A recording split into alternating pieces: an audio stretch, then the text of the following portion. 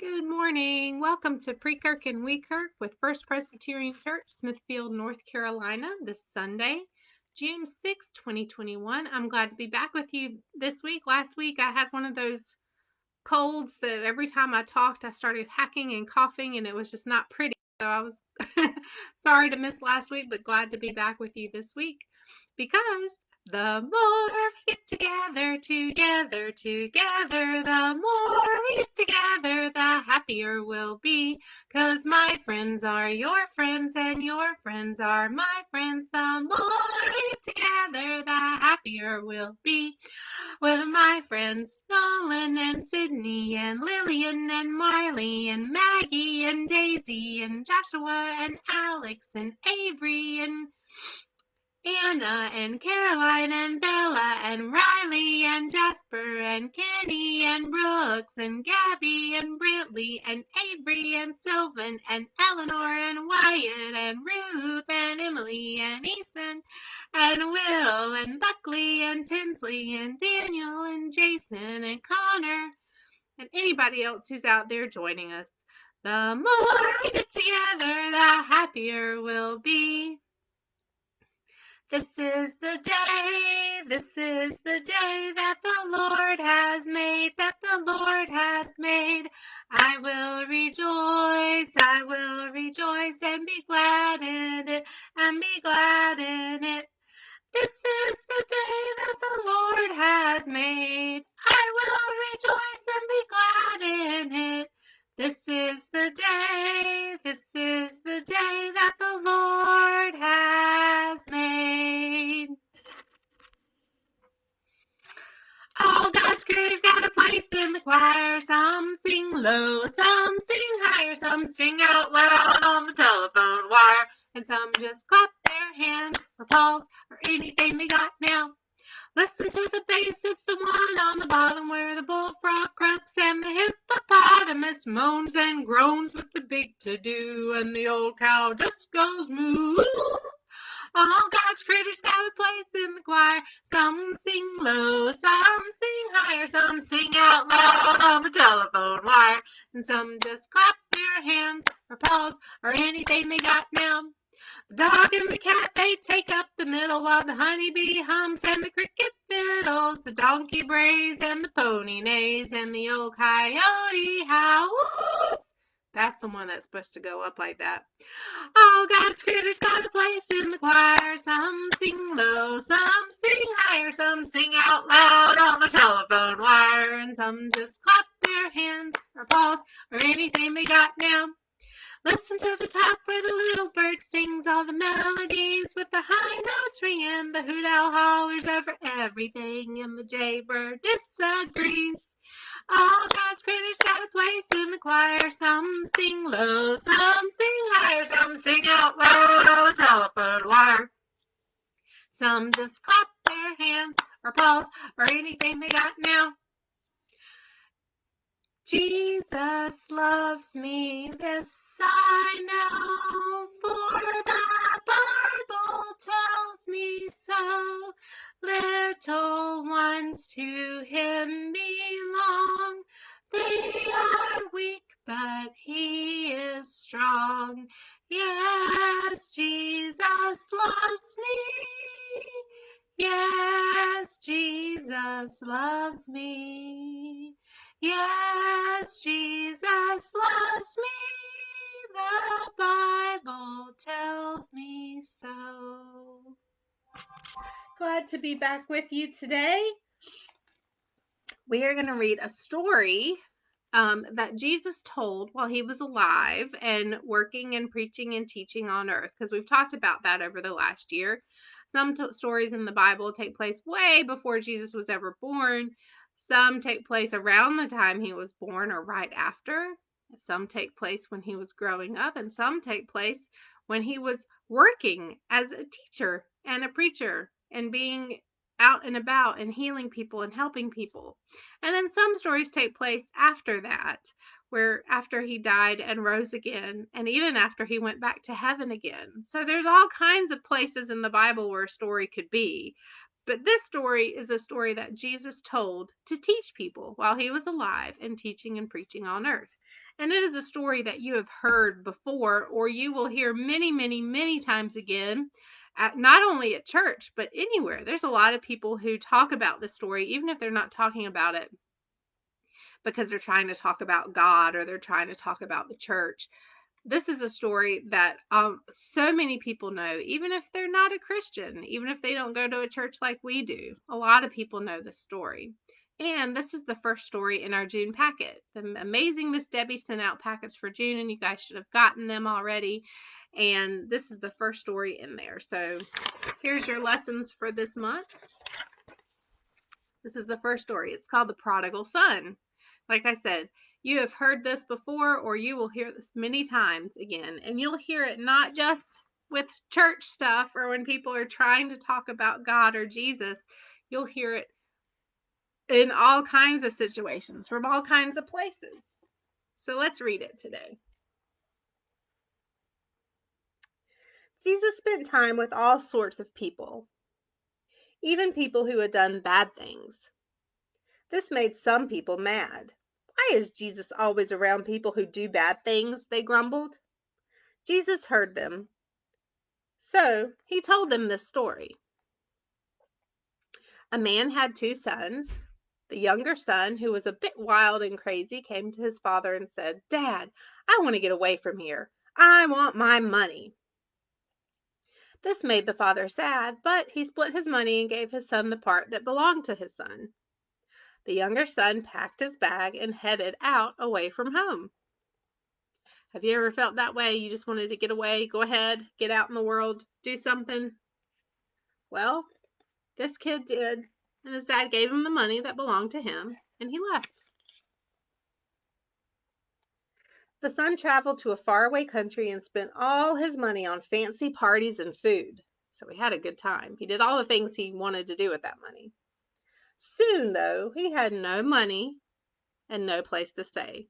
So he took his money and did all the stuff he wanted to do, but then it ran out, and he had no more left, and he had no place to stay.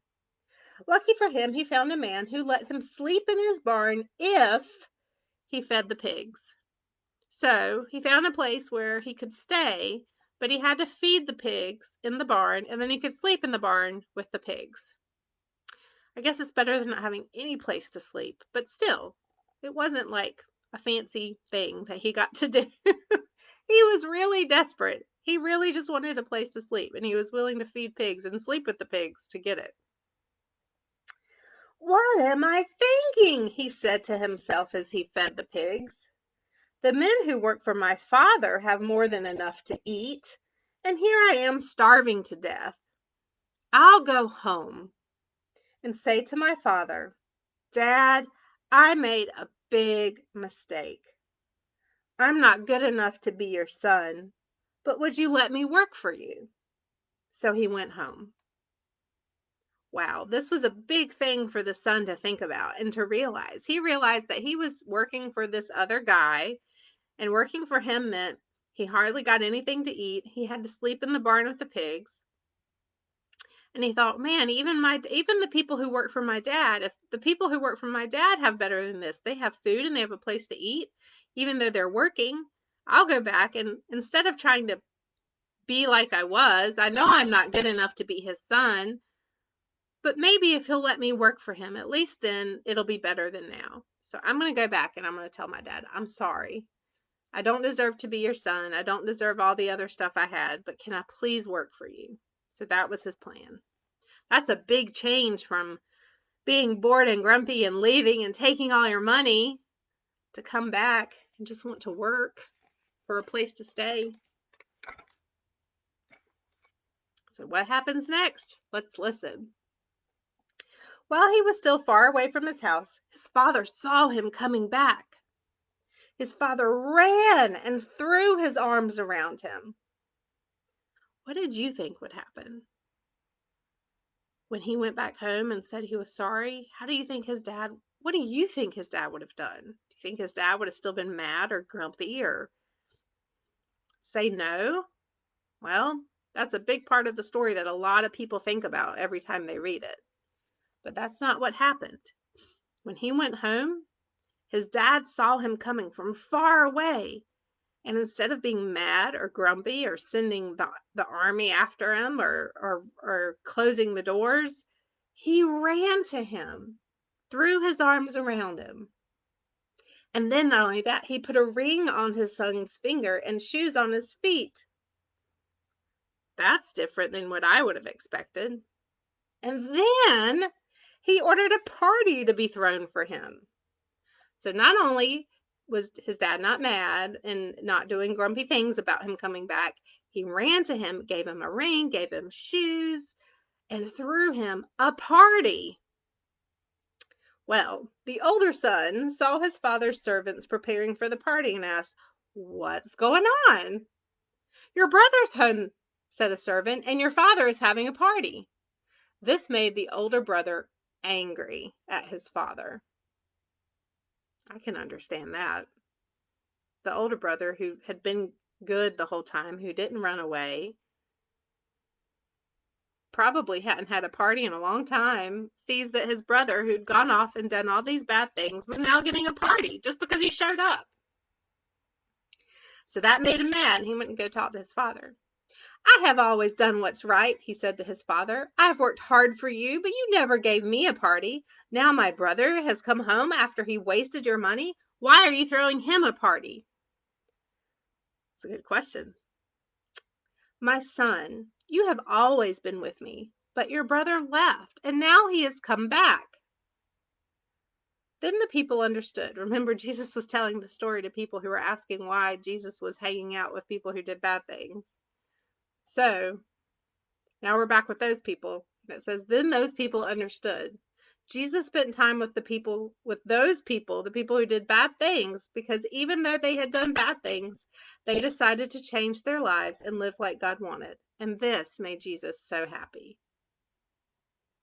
So like I said, you've probably heard this before, and whether you have or not, you're going to hear it so many times as you grow up. You're going to hear it as a kid. You're going to hear it from church stories, from Bible stories, you're going to hear it, I don't know, you're going to hear it all over the place. You might hear people who aren't at church or maybe don't even go to church talking about a story like this, because it happens to everybody. It's something that everybody can learn from. You don't have to be special, or you don't have to be good enough, or you don't have to be part of a certain church to learn from this story or any of the stories in the Bible. But this is a story that gets told a lot. It has a bunch of crafts that came with it. Your packet looks like this. It has the story for you to read. I'll show it to you real quick. If you are a bigger kid, you've got an activity packet that has this on the front. There's a stick there. Don't lose that. And if you are a littler kid, you have a packet that has a cutout and make your own book for the story on the front. And then there's another activity on the back. And everybody should have gotten a packet like this. I think this one goes with the story. Pretty sure, but now I'm doubting myself. Make the craft kit for the prodigal son. I think this is it for today, but if not, enjoy it, and I'll figure it out when we do our craft kit later. I'll realize I made a mistake, but I think that one goes with this one. Anyway, this is a very important story. Like I said, you can learn a lot from it, and it's one that even if it doesn't make much sense today, or you're just not really thinking about it today, it's one to come back and think about and read and talk about, or when other people talk about the story, to keep thinking about it. There's so much you can learn, because there's different characters in the story. There's the son that ran away and came back, and there's the son who was there the whole time and got mad when his brother came back and got a party, and there's the dad who's the one that has all of the feelings and is making the decisions for how to treat the people. And the thing is, in your life, sometimes you're going to be like the son who wants to run away or does run away. And sometimes you're going to be like the son who never left and is upset when the other son comes back and gets a party. And sometimes in life, you're going to be like the dad who has all of the stuff and has lost a son or something important or someone important. And then that something or someone important comes back. And you're going to be in the position to make decisions about what to do about it, even though it might make somebody else grumpy. So there's so many things you can learn from this story from a lot of different points of view. So keep reading it and keep thinking about it. And if you're an older person, if you're an older kiddo or a grown-up who's listening, think about that story from that other point of view, because you've probably had times in your life where you've been like all three of those characters, maybe one more than the other. And think about the story in light of the position you find yourself in. I don't have an answer for you, but reading the story and thinking about it is a good way to deal with those feelings and learn from them. I'm still trying to. I think I identify as the older son most of the time. Why has all this special stuff happened to somebody else when I've been trying to do the right thing the whole time? That's where I identify the most. But sometimes I identify with the father who's got different people to deal with and treat differently. And how do I do that? And sometimes I do feel like the son who ran away or wanted to run away. There's a lot to learn. There's a lot to unpack, no matter how old you are. So I pray for you, and I wish you and all of us well in that journey to learn from this story every time we hear it and every time we think about it. But thanks for spending time with me today. I'm glad I could be back with you, and enjoy your packet for June. And we will see you next week, same time, same place. I don't think I have anybody who's going to sing with me today, but there's one. Daisy, are you gonna sing? We've all had this cold, so this will be fun.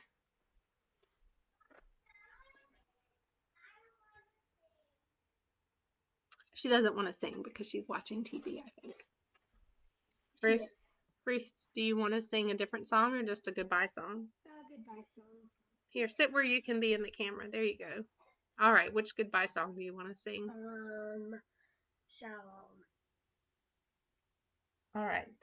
Shalom, good friend. Shalom, good friend. Shalom, shalom.